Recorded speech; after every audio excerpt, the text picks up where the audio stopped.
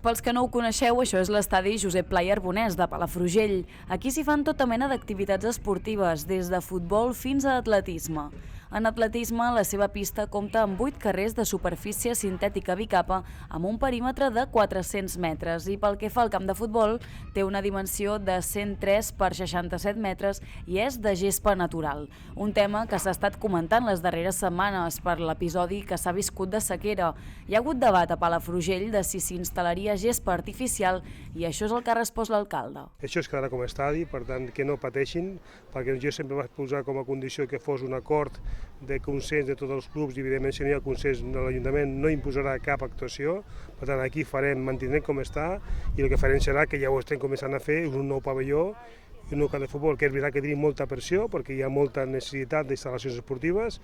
Hem passat d'una etapa que podem referents a tota la província, ara ens hem quedat per sota i l'Ajuntament ha d'estar a l'alçada, que tinguin de fer noves instal·lacions perquè tots els clubs tinguin també unes instal·lacions com es mereixen. Per tant, cal fer una aposta decidida per mantenir l'estadi com està i no podem oblidar-nos que tenim mancances de cara al futur.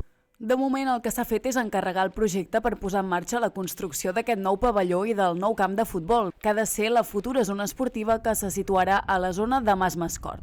La previsió és que pugui ser una realitat entre el 2026 i el 2027.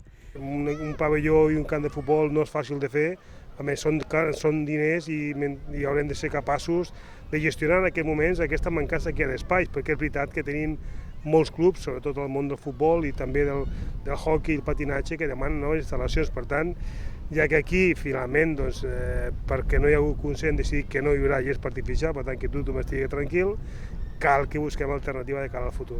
Tornant a la pista d'atletisme de la que us parlàvem a l'inici de la peça i que esteu veient en pantalla, aquesta recentment ha estat remodelada. Els treballs van tenir un cost de més de mig milió d'euros.